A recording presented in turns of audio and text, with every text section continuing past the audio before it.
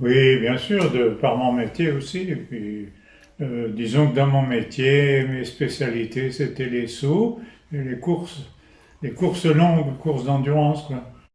Ben, j'enseignais l'éducation physique au lycée agricole. Je suis rentré au conseil municipal en 77 et dès l'année 77, on m'a confié la commission des sports et j'ai voulu organiser quelque chose parce que c'était l'époque où se développaient les courses sur route ouvertes à tout le monde, sans licence. On disait les courses hors stade aussi. Oui. Et je me suis dit pourquoi on ne ferait pas ça à Château-Salin. Alors j'ai démarré en 77 avec le conseil municipal récent de l'époque. Pour vous donner une idée de l'ancienneté, il y avait encore des gens comme Monsieur Dieudonné, hein, bien sûr, enfin bref. Et tout le monde au conseil municipal a accepté de participer. Et l'organisation, ce n'était pas une association, elle n'existait pas. C'était la commission des sports et des fêtes. La commission des fêtes, c'était Michel Alcaraz qui s'en occupait. Et bon, il m'a laissé le soin de l'organiser. On a appelé ça parce qu'il n'y avait pas de calendrier des courses, rien n'était organisé de ce côté-là. C'était le début des courses sur route. Pour vous donner une idée, on était les premiers, les plus anciens à organiser avec Montigny-les-Messes, par exemple, hein. Donc c'est relativement ancien. Moi, je l'ai appelé comme ça parce que la première année, on n'a fait que 28 kilomètres.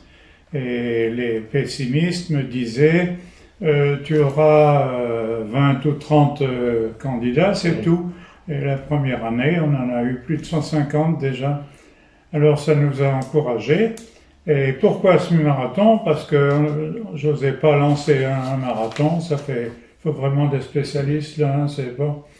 Et l'idée était d'animer le plus possible les communes, les petites communes toutes petites tout alentour. Donc le 28 km passait par Ampon, Burliancourt, Dallin, Vannecourt, Putigny, Vaxy, Lubécourt, Amlécourt, Couture et retour.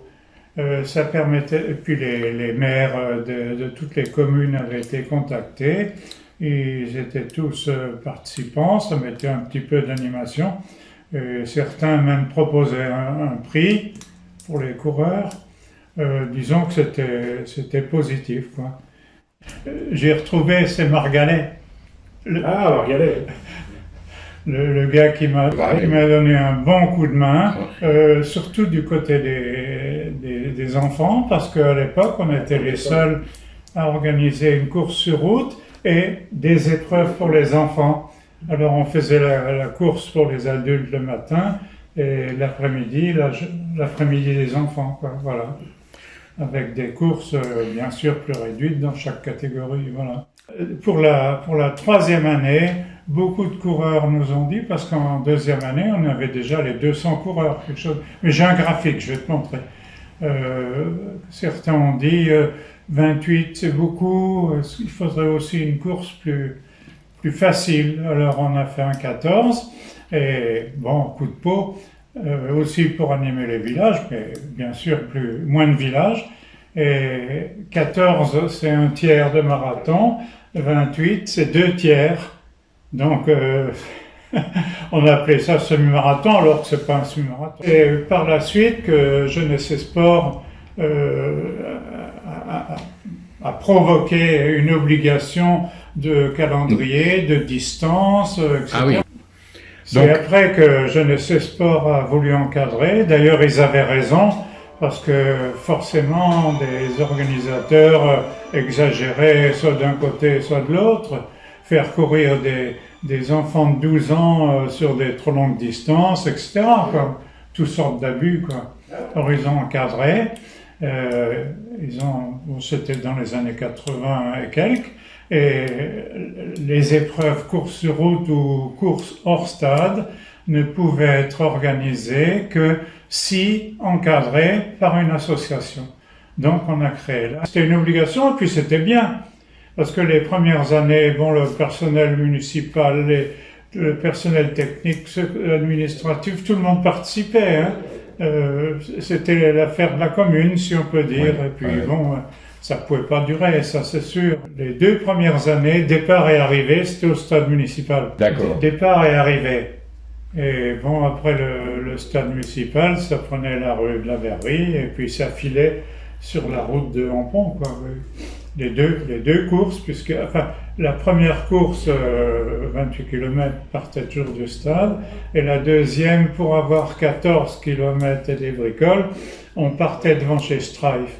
Alors, Ah, c'est ça que je me souviens, oui, ça démarrait de là, oui, le 14. Alors. la Ouais. distance entre le stade parce que les inscriptions se faisaient au stade, la distance était couverte pour qu'on fasse, enfin, servait d'échauffement. Les gars partaient du stade dans l'échauffement, on leur annonçait, je partais avec eux, et puis on donnait le départ officiel, le 14. Hein. Le 28, ça a toujours été au stade. Toujours non, puisque la 3e ou la 4e, non, ça doit être la 3e année, et la veille de la course, il a fait un temps épouvantable, il y a plus.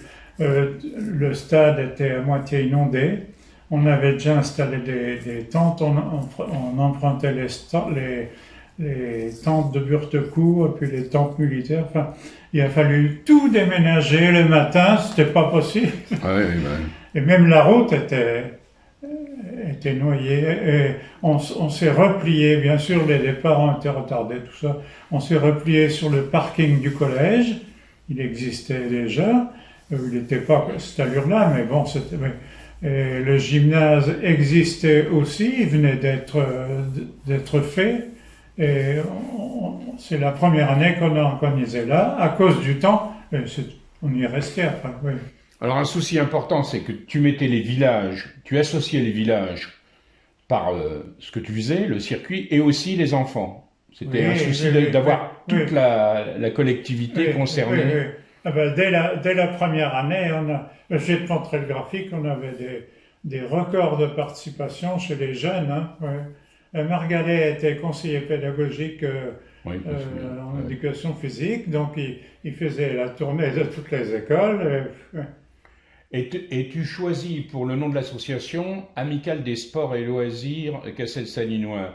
Il y a l'idée que les activités pourraient être amenées à se diversifier pour cette association et puis être seulement au niveau... C'est ça l'idée? Pourquoi vous ne l'avez pas appelé tout simplement, je ne sais pas moi, le marathon du Saulnois ou un truc comme ça? C'était l'idée que l'association allait pouvoir aussi s'étendre sur d'autres choses. Voilà, tu as tout compris, c'est ça. Ouais. Et dans cet esprit-là, on a organisé des trucs qui marchaient bien. Je ne sais pas si ça marchera encore maintenant, le tournoi de volley, interassociation, mais du volley loisir, hein. On n'avait pas besoin d'être un. Et on a eu largement une quinzaine d'équipes engagées. On jouait au gymnase sur 3 terrains. Pour faire un classement, on avait tiré au sort les groupes, hein, et puis ça allait jusqu'à une finale. On trouvait des équipes comme l'équipe des gendarmes, d'abord ils étaient souvent très bons, l'équipe de la MJC avec à l'époque Didier Vitaille, des gens comme ça qui tenaient la route. Il y avait le lycée agricole participait avec 1 ou 2 équipes, souvent une équipe de profs, une équipe d'élèves. La boule du Saulnois, les pêcheurs, tout le monde. Oui, c'est important. Oui. C'était pas du volley de haut niveau, mais c'était agréable, quoi. Voilà. Ouais. L'obligation était faite de s'inscrire à un calendrier. Il y avait certaines règles, comme par exemple deux communes ne pouvaient pas organiser le même dimanche s'il y avait moins de 50 km de distance pour qu'il n'y ait pas trop mais il y avait une concurrence terrible à l'époque. Au calendrier, il fallait se battre pour garder son... Alors Bernard, ce graphique représente la fréquentation, c'est ça? Voilà. Donc on a une poussée là, 788, 802. Le graphique bleu, c'est le... C'est marqué là. Ah, c'est les différents... graphique noir, 28, 14 km en vert. Total adulte en rouge, les jeunes en noir. Ça, c'est le total jeunes et adultes. D'accord. Alors, la première année, 503, il y avait 178 adultes aux 28 km. Et Donc on est en 77. Ouais. Oui, Ça monte, ça atteint 802, là on est en 94. voilà. Ah, il y a eu un problème à un moment donné, vous aviez la même date que Metz. Oui, ben Non, c'est non. encore. Non, non. C'est Metz qui ont pris notre date. Oui, oui. Ah oui, c'est Metz, oui. Ça, je maintiens. Oui, oui. On a protesté, mais ça, puisque officiellement, entre Château et Metz, il y a moins de 50 km. Mais nos protestations, ils n'en avaient rien. Et ça se passe quand, Ça alors n'a pas de comparaison possible entre une épreuve à Metz qui réunit 2000 coureurs et une de Château-Salins qui en réunit 200, quoi, par exemple. Ça nous a fait une concurrence terrible. C'est vrai que beaucoup de coureurs venaient de Nancy, de la région de Nancy. Mais à partir du moment où on organise une grande manifestation à Metz, où on a la chance de côtoyer des coureurs de renom, c'est ça aussi, des Kenyans, des Éthiopiens, etc., ou des vedettes françaises. Les coureurs qui n'ont aucune chance de gagner, bien sûr, ils vont parce qu'ils vont côtoyer des gens. C'est normal. Ouais. Alors nous, on a Il y a quand même eu un peu oublié. Et ça continue jusqu'avant le Covid, du moins. Ils organisaient le même dimanche que nous. On a protesté, mais... Et le trail, alors, l'aspect trail, il apparaît quand là? Ça fait 2013. Le premier trail, c'est 2013. C'était 20 km. Et pour le Saulnois, c'est un gros atout, le trail. On a la marchande juste à côté. Il y a les difficultés que certains recherchent. C'est un peu de l'extérieur, puisque je donnais mon petit coup de main, mais c'était plus moi le responsable. Mais j'ai trouvé vachement magnifique qu'on s'adapte comme ça. Parce que le trail en 77, on n'aurait eu personne. Oui, il est fou. Il va nous faire courir dans les champs, dans les bois. On va être dégueulasse. Alors que maintenant, c'est le mouvement inverse.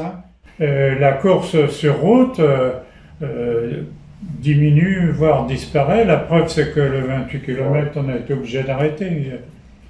S'il y a une dizaine de coureurs, sur 28 km, c'est plus intéressant. Au début, on trouvait plus facilement des bénévoles. Je te donne un exemple.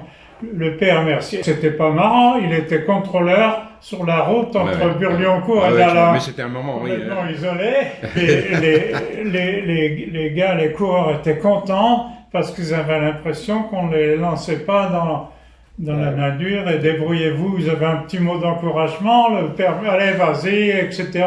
Il donnait le temps, tous les 5 km, il y avait au moins une personne, voire deux, pour les encourager. Puis les villages, il y a des villages comme, je le prends toujours en exemple, comme Lubécourt, vachement sympa.